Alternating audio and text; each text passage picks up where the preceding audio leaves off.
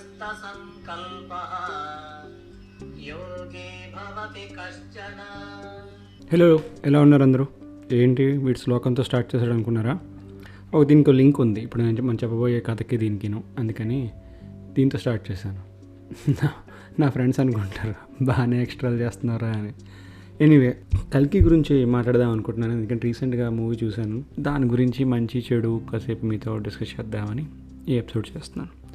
చాలా రోజుల తర్వాత మళ్ళీ మనకి అంతటి తెలుగు సినిమా అంత లెవెల్లో ఆ రేంజ్లో ఉండడం ఆఫ్టర్ ఆర్ఆర్ఆర్ నాకు తెలిసి మళ్ళీ బాగుంది. ఇది కల్కి మీద ఎక్స్పెక్టేషన్స్ చాలా తక్కువ ఉండేది చాలామందికి ఇనీషియల్గా. ట్రైలర్ రిలీజ్ అంతకు ముందు అసలు ఏం చేస్తున్నాడు, ఏంటి అర్థమవుతుందా లేదా అనే దాని గురించి. బట్ తర్వాత ఒకసారి ట్రైలర్ రిలీజ్ అయ్యాక ఎక్స్పెక్టేషన్స్ అన్నీ పెరిగాయి జనాలకి. మెయిన్గా ఫ్యాన్స్ కూడా నమ్మకం కుదిరింది, కొడతాడు దీంతో మంచి హిట్ కొడతాడు. ఎందుకంటే నాగ్ అశ్విన్కి ముందు 2 సినిమాలు కూడా చాలా సాఫ్ట్ మూవీస్, ఎవడో సుబ్రహ్మణ్యం అయినా కానీ, తర్వాత వచ్చిన మహానటి కానీ. ఇప్పుడు సడన్గా ఇంత బడ్జెట్ తోటి పెద్ద హీరోతోటి ఇంత స్టార్ క్యాస్ట్ని అసలు హ్యాండిల్ చేస్తాడా లేదా అనే డౌట్ చాలామందిలో ఉండింది. హీస్ టాలెంట్ అంటే పేపర్ మీద కానీ ప్రజెంటేషన్లో కానీ మహానటితో మీరు అది చూసుకుంటే హీస్ టాలెంటెడ్ అని మనకు అర్థమవుతుంది. బట్ ఇంత రేంజ్లో అంటే టోటల్గా అసలు ఒక కాంటెంపరీ స్టోరీని అంటే మహానటి ఇలాంటిది ఎవడో సుబ్రహ్మణ్యం లాంటి సాఫ్ట్ స్టోరీని పక్కన పెట్టి ఇప్పుడు ఒక సైఫై మూవీని ఈ రేంజ్లో తీయగలడా అనేది మనకి ట్రైలర్ చూసిన తర్వాత కొంచెం నమ్మకం కుదిరింది. నాకు నాగ్ అశ్విన్ని పెట్టచ్చు, నమ్మి డబ్బులు పెట్టచ్చు అని. అంటే మనం పెట్టే 500 తర్వాత అశ్విన్ దత్ పెట్టే 600 కోట్లు డిఫరెన్స్ ఉన్నా సరే, ఆయనకి 600 కోట్లు వేరే వచ్చినా మనకి 500 is very important for us. So దానికి గిట్టుబడి అవుతుందా లేదా అని డౌట్ మనకు ఉండింది. సో మూవీకి వెళ్తే కనుక ఇనీషియల్గా స్టార్ట్ అదంతా చేసినప్పుడు అంత బాగా సెటప్ చేశాడు. గ్రాఫిక్స్లో చూపించడం అంతా కానివ్వండి, ఆ సిటీలో అవి కానివ్వండి. స్టార్టెడ్ విత్ నాకు ఫస్ట్ అంటే మీరు వైజయంతి మూవీస్ని మీరు ముందు నుంచి ఫాలో అయితే కనుక ఈ కృష్ణుడు శంఖం ఊదుతున్నట్టు వస్తుంది కదా, అది లోగో వైజయంతి మూవీస్ది. అది ఎన్టీఆర్, సీనియర్ ఎన్టీఆర్ లోగో అది. కానీ అందులోంచి డైరెక్ట్గా తీసుకెళ్ళి మహాభారత లింక్ చేసినట్టు నాకు అర్థమైపోయింది. ఇంకా సినిమా నాకు అర్థమైనప్పుడు మంచిగా కేర్ తీసుకున్నాడని నాగ్ అశ్విన్. ఎందుకంటే ఆ ఫస్ట్ షాట్ ఏదైతే ఇలా ఒక శంఖం ఊదుతూ ఆ బ్యానర్లోంచి డైరెక్ట్గా మహాభారత్లోకి వెళ్ళిందో నాకు వెంటనే నాకు చాలా బాగా అనిపించింది. ఎందుకంటే నేను వైజయంతి మూవీస్ అని చూస్తూ పెరిగాను కాబట్టి ఆ లోగో ఆ తర్వాత వచ్చేదంతా కూడా నాకు తెలుసు కాబట్టి దీన్ని ఎలా రిలేట్ చేసాడురా, మంచి థాట్ రా అని నాకు అనిపించింది అప్పటికప్పుడే. ఆ తర్వాత ఆ స్టోరీ బిల్డింగ్ ఏదైతే ఉందో ఫస్ట్ 15-20 మినిట్స్ హీరో ఎంట్రన్స్ వరకు I felt really good. Hero entrance దగ్గర నాకు చిన్న పిసర్ ఫ్లాట్లో అనిపించింది, ఎందుకంటే it could have been much better అనిపించింది. అక్కడ ఉన్న ప్లాట్కిను అక్కడ జరిగిన కామెడీకిను. ఆ కామెడీకి నిజంగా నాకైతే నవ్వు రాలేదు. ఐ డోంట్ నో ఎంతమంది నవ్వారో తెలియదు కూడాను. ఆ ఎంట్రన్స్కి కానివ్వండి, ఆ ఇనీషియల్గా సెటప్లో జోక్స్ కానివ్వండి, ఆ యూనిట్స్ గురించి గోల్ కానివ్వండి, ఇదంతా. దాని బదులు ఇంకా బాగా చూపించి అసలు స్టోరీ బిల్డప్ చేయాల్సేమో అనిపించింది. అంటే ఇప్పుడు మీకు నాకు అర్థమవుతుంది సైఫై అంటే ఏంటి, వేరే ఒక ఫ్యూచర్లోకి వెళ్తే ఎలా ఉంటుంది కథ అనేది. Because we have read many other stories, English movies అని చూసాము, మనకు తెలుసు కొంతవరకు ఎలా ఉంటుంది ఫ్యూచరిస్టిక్ మూవీస్ తీస్తే అని. ఇప్పుడు మన పేరెంట్స్ కానివ్వండి, లేకపోతే ఫ్యామిలీ ఆడియన్సెస్ కానివ్వండి, ఒక 50 years దాటిన వాళ్ళకి ఆ బిల్డప్ అనేది చాలా ఇంపార్టెంట్, ఆ స్టోరీ టెల్లింగ్ అనేది చాలా ఇంపార్టెంట్. దానికి ఎక్కడ టైం స్పెండ్ చేయలేదు. అంటే ఫ్యూచర్ ఎందుకు ఇలా అయ్యింది అనే దాని గురించి ఒక్క 10 minutes కానీ 5 minutes కానీ లైక్ చూపించడం జరిగింది అనుకోండి. అంటే ఇప్పుడు మనం 2020లో ఉన్నాం, 2050లో ఏమైంది, 2200లో ఏమైంది, 2200లో ఏమైంది, ఇలా అన్నీ చూపించుకుంటూ వెళ్తే కొంచెం ఫాస్ట్గా టైం ల్యాప్స్లో అయినా సరే అది ఇంకా మంచి ఇంపాక్ట్ ఉండేది ఫ్యామిలీ ఆడియన్స్లో. ఎందుకంటే ఒక్కసారిగా హీరో అలా వచ్చేసరికి, కామెడీ చేసేసరికి జనాలకి ఇదేంట్రా ఈ 98-98లో ఇలాంటి కామెడీ, ఇలాంటి హీరో ఎందుకు ఇలా అవుతుంది, తర్వాత ఆ వెపన్స్ కానివ్వండి, లేకపోతే వెహికల్స్ కానివ్వండి, ఇవన్నీ ఏంటి ఇలా ఉన్నాయని కొంచెం అనిపిస్తుంది. ఆ బిల్డప్ లేదు కాబట్టి కనెక్టివిటీ. బట్ ఓవరాల్గా స్టోరీ అయితే చూసుకుంటే ఆర్క్ బాగానే ఉండింది. మధ్యలో దిశా పాటాని వచ్చాక కూడా చాలా ఫ్లాట్ అనిపించింది అక్కడ అంతాను. కాంప్లెక్స్లోకి ప్రభాస్ వెళ్ళాలనుకోవడము, దిశా పాటాని వచ్చి నా యూనిట్స్ నాకు ఎప్పుడు ఇస్తావు, అలాగే ఇంకెదురు వచ్చి నా యూనిట్స్ నాకు ఇస్తావు. అయినో హీరోకి అప్పులు ఉన్నాయి, ఎలాగోలాగే యూనిట్స్ కావాలి, యూనిట్స్ వచ్చి వీళ్ళందరూ అప్పులు తీర్చి కాంప్లెక్స్ వెళ్ళాలనేది ఏదో చూపించడానికి ట్రై చేస్తున్నాడు, విచ్ ఇస్ నార్మల్. ఇప్పుడు మనం చూసుకున్న మూవీస్లో కూడా అలాగే ఉంటుంది, హీరోకి డబ్బులు కావాల్సినప్పుడు ఏం చేస్తాడు అనేది.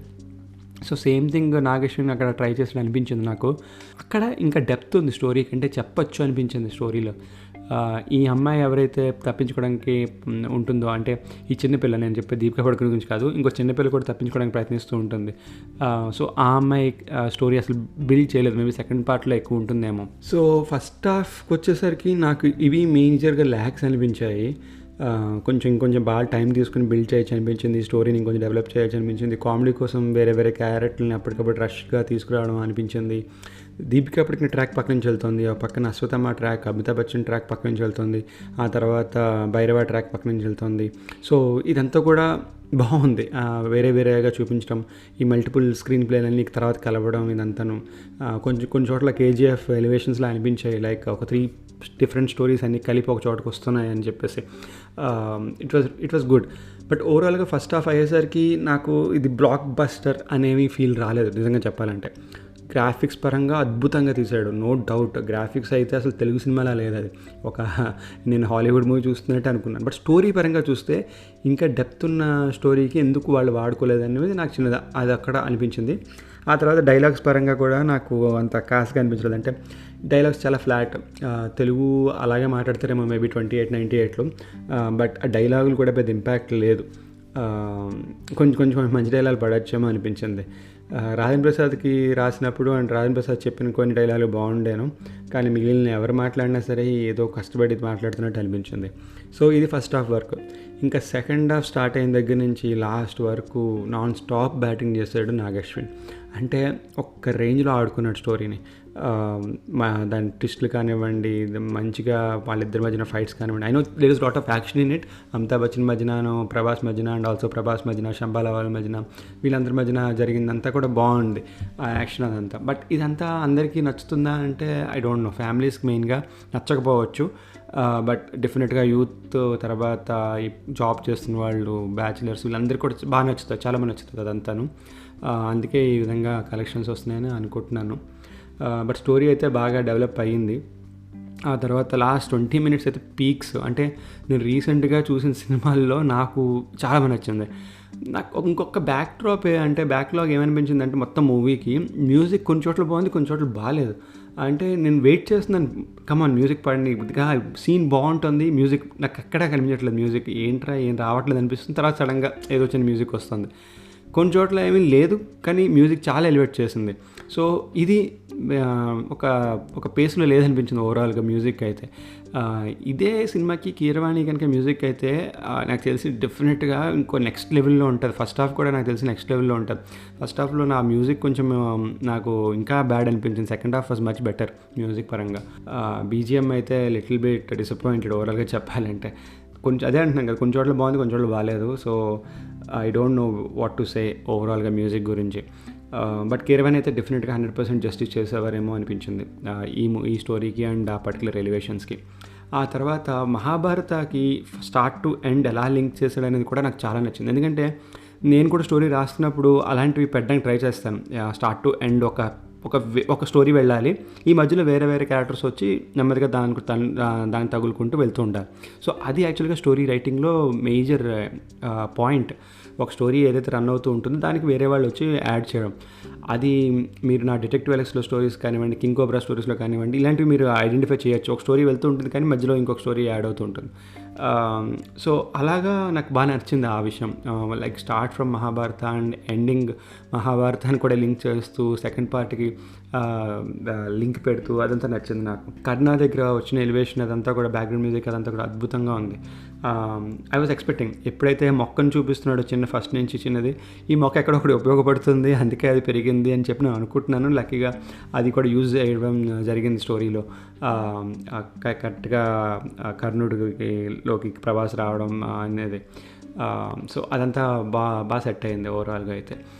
క్లైమాక్స్ కూడా సడన్గా అయిపోయింది అనిపించింది. ఐ మీన్ అది ఒక హైలో అవ్వగొట్టడం అనేది చాలా రిస్క్ పరంగా, కానీ అది అప్పుడప్పుడు ఇలా ప్లస్ అవుతూ ఉంటుంది. ఎలా అంటే ఒక సినిమా చూసాక మనం ఒక హైలో ఎండ్ అయిపోయింది అనుకోండి, అబ్బాయి ఏం తీసాడు కుమ్మేట్రా అని చెప్పేసి బయటకు వచ్చేస్తాం. ఆ ఫీల్ ఉంటుంది. అప్పటి వరకు మనకి లాస్ట్ 20 నిమిషాలు కుమ్మేసి పక్కన పెట్టడం వల్ల అప్పటి వరకు ఉన్న డౌన్ఫాల్ ఏదైతే ఉందో 20 minutes అలా లేపేసి మిమ్మల్ని అక్కడ వదిలేసాడు. బేసిక్గా అక్కడ వదిలేసిన వెంటనే ఏమైంది, మీరు అదే హైతో బయటకు వస్తారు. సో ఆ హైతో వచ్చినప్పుడు డెఫినెట్గా మీకు ఆ ఇంపాక్ట్ ఉంటుంది. చాలా తెలుగు సినిమాల్లో మెయిన్గా ఏమవుతుందంటే ఫైట్ అయిపోతుంది. ఆ ఫైట్ దగ్గర ఎవరు ఎండ్ చేయరు మూవీని. మళ్ళీ వచ్చి చిన్న పిసరు నవ్విద్దామని ట్రై చేస్తారు. అంటే హ్యాపీ ఎండింగ్లో ట్రై చేయడానికి చూస్తారు చాలామంది డైరెక్టర్స్ కొన్ని సినిమాలకి. కానీ నాగేశ్వన్ ఏం చేశాడంటే మొత్తం పీక్ తీసుకెళ్ళిపోయాడు మిమ్మల్ని. పీక్ తీసుకెళ్ళిపోయి అక్కడికి వెళ్ళాక ఏ ఫిలిం బై నాగేశ్వన్ అని చెప్పాడు అంతే. నెక్స్ట్ పార్ట్ 2కి కమల్ హాసన్కి ఆ డ్రాప్ ఇవ్వడం అంతా పెట్టాడు, విచ్ ఇస్ రియలీ గుడ్. ఎందుకంటే మీరు అప్పటికే అంటే మీ టికెట్కి వర్త్ తగ్గ సినిమా చూపించేశాడు మీకు. ఇంకా నెక్స్ట్ మీకు ఏం చూపించినా సరే బోనస్ లాగా అనిపిస్తుంది. అందుకే కమల్ హాసన్ చిన్న రోల్ అక్కడ పెట్టేసి కమల్ హాసన్ మళ్ళీ వస్తున్నట్టు అని చెప్పేసి మొత్తం అదంతా బాగా పెట్టాడు. సో ఇప్పుడు సెకండ్ పార్ట్కి ఏం ఎక్స్పెక్ట్ చేసి అంటే వీ డోంట్ నో. దీపిక పట్టుకొని భైరవా ఎక్కడికో వెళ్ళిపోయాడు. ఆ బుజ్జిని అడిగాడు కూడా, లైక్ బుజ్జి చెప్పింది భైరవాకి ఇది నొక్కితే ఎక్కడికి వెళ్తామో తెలియదని. ఎక్కడికి వెళ్తాడు అనేది మనకు తెలియదు. ఫ్యూచర్కి వెళ్తాడా బ్యాక్కి వెళ్తాడా ఏమీ తెలియదు. అసలు కాంప్లెక్స్కి ఎందుకు వెళ్ళాలనుకుంటున్నాడో మనకు తెలియదు. కాంప్లెక్స్ అంటాడు కానీ నీళ్ళు తాడాక గాలి పీల్చడాక అంటే I don't think so. Hero characterization arc అంత దెబ్బతినేస్తా చిన్న లాజిక్స్కి అయితే. అంటే ఇప్పుడు గాలి పీల్చడానికి, మంచి ఫుడ్ తినడానికి, గుర్రాల మీద తిరగడానికి ఇలాంటి వాటికి కాంప్లెక్స్కి వెళ్తున్నాడు హీరో అంటే ఇట్స్ కొంచెం సిల్లీగా ఉంటుంది. They should be strong reason. ఆ బ్యాక్గ్రౌండ్ స్టోరీ ఏదైనా పెడితే కూడా బాగుంటుందని నా ఫీలింగ్. అండ్ తర్వాత మూవీ రిలీజ్ అయిన తర్వాత సోషల్ మీడియాలో దుమారం లేపిన టాపిక్ అర్జున్ వర్సెస్ కర్ణ. మూవీలో ఎక్కడ కూడా అర్జున్ తక్కువ కర్ణ ఎక్కువ అనేది ఏమీ చెప్పలేదు. బట్ యూనో లైక్ జనాలకి ఒక టాపిక్ కావాలి, ఏదైనా ఒక 1 డే వాళ్ళకి టైం ఉంది ఏదైనా విధంగా అవ్వాలి అంటే ఒక గ్లోబల్ టాపిక్ తీసుకుందాం, దాని గురించి మనం రచ చేద్దాం అనేది ఆలోచిస్తారు చాలామంది. సో అదే అవుతుంది. సోషల్ మీడియా అంతా మీకు హాఫ్ బ్యాక్డ్ ఇన్ఫర్మేషన్ అంతా ఉంటుంది. దాన్ని బట్టి జనాలు అందరూ ఇంకా ఓకే వీడి తప్పు వాడి తప్పు అని చెప్పి ఇది బేసిక్గా ఫ్యాన్ వార్స్ లాంటిదే ఆల్మోస్ట్. అంటే ఇప్పుడు కర్ణుడు అర్జునుడు ఇలా చూసుకుంటే కనుక మీరు ఆబ్వియస్లీ వీళ్ళందరూ ఒక తల్లికి పుట్టిన వాళ్ళే, పాండవులు అండ్ కర్ణుడు కూడా. కానీ ద మెయిన్ రీజన్ కర్ణుడు కన్నా అర్జునుడు ఎందుకు గొప్పవాడు అయ్యాడు అంటే కర్ణుడు ఏమి తక్కువ కాదు. ఈ విషయం మన భగవద్గీతలో చాలాసార్లు వింటాము. అండ్ ఆల్సో ఇప్పుడు మీరు ఎవరిదైనా ప్రవచనాలు లాంటివి వింటున్నా కూడా కర్ణుడి గురించి మన ప్రవచనాల్లో గరికపాటి గారు కానివ్వండి, లేకపోతే చాగంటి గారు కానివ్వండి, సో కర్ణుడి గురించి వాళ్ళు ఏం చెప్పారు అనేది సినిమాలో కూడా అదే చెప్పారు టు బి ఆనెస్ట్. కానీ జనాలు అందరూ ఏంటంటే లేదు ఇలా లేదు ఎప్పుడూను. మహాభారత చూసినప్పుడు పర్టికులర్గా కొంతమంది నార్త్ వాళ్ళు, కొంతమంది చాలామంది సౌత్ వాళ్ళు వీళ్ళందరూ కూడా అన్నెసెసరీ డిస్కషన్ అయితే పెట్టారు. బట్ నేను తర్వాత ట్వీట్ కూడా చేశాను నేను ఒకటి, ఏంటంటే the difference between Karna and Arjuna is అర్జునకి శాపం అనేది లేదు అక్కడ. అంటే మీరు ఒక కరిసేదని చెప్పండి అర్జున్కి ఉన్నది, నాకు తెలిసైతే అర్జున్కి శాపం లేదు. ఎందుకంటే అర్జున వాజ్ అందరూ బేసిక్గా అందరూ కూడా అర్జున్ని ఆ రేంజ్లో చూశారు. అండ్ వాళ్ళందరూ ప్రామిస్ చేశారు కుంతికి వాళ్ళందరికీ కూడా అర్జున్ని ఒక గొప్ప యోధుని చేస్తామని చెప్పి వాళ్ళందరూ ప్రామిస్ చేయడం వల్ల, ద్రోణాచార్యుడైనా సరే ఎవరైనా సరే ప్రామిస్ చేయడం వల్ల ద్రోణాచార్యుడు ఇంకెవరిని కూడా అర్జున్ అది గొప్పవాడిని చేయనివ్వలేదు ఆయన కావాలనే. అదొక వేరే రీజన్. ఆ తర్వాత కర్ణుడు పుట్టుకతోనే చాలా ప్రాబ్లమ్స్ ఫేస్ చేశాడు. అతను చైల్డ్హుడ్ అంతా పెద్ద ప్రాబ్లము, పెద్ద అయ్యాక పెద్ద ప్రాబ్లము. ఆయనకున్న ఒకే కోరిక ఏంటంటే ఆయన్ని ఈక్వల్గా చూడాలనేది. బేసిక్గా కర్ణుడు ఒకటే కోరిక ఏంటంటే నేను వాళ్ళు వేరు కాదు, వాళ్ళకున్న పవర్స్ నాకు ఉన్నాయి, వాళ్ళంత టాలెంట్ నాకు ఉంది, నన్ను ఎందుకు మీరు అందరూ తక్కువ చూస్తారు అనేదే ఒక చిన్న ఇది. కానీ కర్ణుడు ఓవరాల్గా కంపేర్ చేసుకుంటే వాళ్ళకన్నా వీళ్ళకన్నా అందరిలాంటి వాడే డెఫినెట్గా చెప్పాలంటే. తర్వాత వేరే వాళ్ళతో చేతులు కలిపాడంటే దానికి reason because he wanted that identity. ఎందుకంటే చిన్నప్పటి నుంచి లేని ఐడెంటిటీ పెద్దయ్యాక కోరుకుంటుంటే కావాలనుకుంటుంటే కూడా ఎవరు ఇవ్వని రెస్పెక్ట్ అంతా కూడా ఎవరు ఇస్తూ ఉంటే ఆబ్వియస్లీ తీసుకున్నాడు. ప్రతి మనిషి లో ఉండే గుణమే కర్ణుడిలో కూడా ఉంది. అండ్ కర్ణుడిని ఇక్కడ పొగిడాడు అంటే దాని మీనింగ్ అర్జునుడిని తక్కువ చేసాడని కాదు. అక్కడ అర్జునుడికి గ్రహించలేని ఒక కామన్ పాయింట్ని కృష్ణుడు అక్కడ ఎలివేట్ చేశాడు. అంతేకాని అక్కడ అర్జున్ తక్కువ కర్ణుడు ఎక్కువ అని కాదు. ఇప్పుడు అన్ని కర్సెస్ ఉన్న కర్ణుడు అర్జునుడితో సమానంగా ఉన్నాడు ఆబ్వియస్లీ. ఉన్నా సరే అర్జునుడే ఆబ్వియస్లీ విన్నర్ అయ్యాడు అట్ ది ఎండ్. కర్ణుడికి తక్కువ జరిగింది, ఆ అన్యాయం జరిగింది అంటే అతని కర్మ వల్ల అండ్ అతనికి ఉన్న శాపాల వల్ల తప్పితే కర్ణుడు ఏ విధంగా కూడా అర్జునుడి కన్నా తక్కువ అయితే కాదు. ఓకే, టాలెంట్ విషయంలో కూడా ద్రోణాచార్య చాలాసార్లు చెప్పాడు అర్జునుడు ఏదైనా ఒకటి టార్గెట్ చేసి కొట్టగలిగితే కర్ణుడు కూడా సేమ్ థింగ్ చేయగలడు. బట్ ద థింగ్ ఏంటంటే అర్జునుడికి చాలామంది సపోర్ట్ చేయగలరు ఆ టైంలో, బట్ కర్ణుడికి ఉన్న శాపాల వల్ల ఏవి సపోర్ట్ చేయకపోయినా he still a great warrior. అంతేకాని ఎవరిని డిమీన్ చేసి ఎవరు ఏం చెప్పలేదు ఎక్కడ మహాభారతంలో. మనం చేసుకుంటున్నాం ఇదంతా మళ్ళీను. లేదు కర్ణుడు అంత గొప్ప కాదు, అది ఏదో మనం చూసినట్టు. సో ఇది నేను ట్వీట్ కూడా పెట్టాను దాని గురించి. ఓవరాల్గా అయితే very good story, very good film.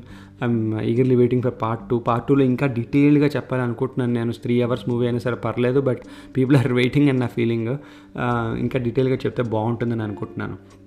So ఇందాక స్టార్టింగ్లో శ్లోకం ఏదైతే ఉందో దానికి దీనికి ఏం సంబంధం లేదు, మీతో ఊరికే అన్నాను నేను. ఎందుకంటే రీసెంట్గా నేను 2-3 పాడ్కాస్ట్లు వింటుంటే వాళ్ళు ఏవో శ్లోకాలతో ముందు చెప్తున్నారని చెప్పి నేను చెప్పాను, అంతకుమించి ఇంకేం కాదు. Thank you. అండ్ ఇంకొక ఎపిసోడ్ చేస్తాను దీని తర్వాత, అది మాత్రం మిస్ అవ్వకండి. That's related to something personal. So అది మాత్రం మిస్ అవ్వకండి. నేను ఇండియా రాబోతున్నాను, అండ్ ఇండియా వచ్చాక ఏంటి ప్రోగ్రామ్స్ చేస్తున్నాను అనేది మీకు దాంట్లో క్లియర్గా ఎక్స్ప్లెయిన్ చేస్తాను. సో ప్లీజ్ దయచేసి అది వినండి.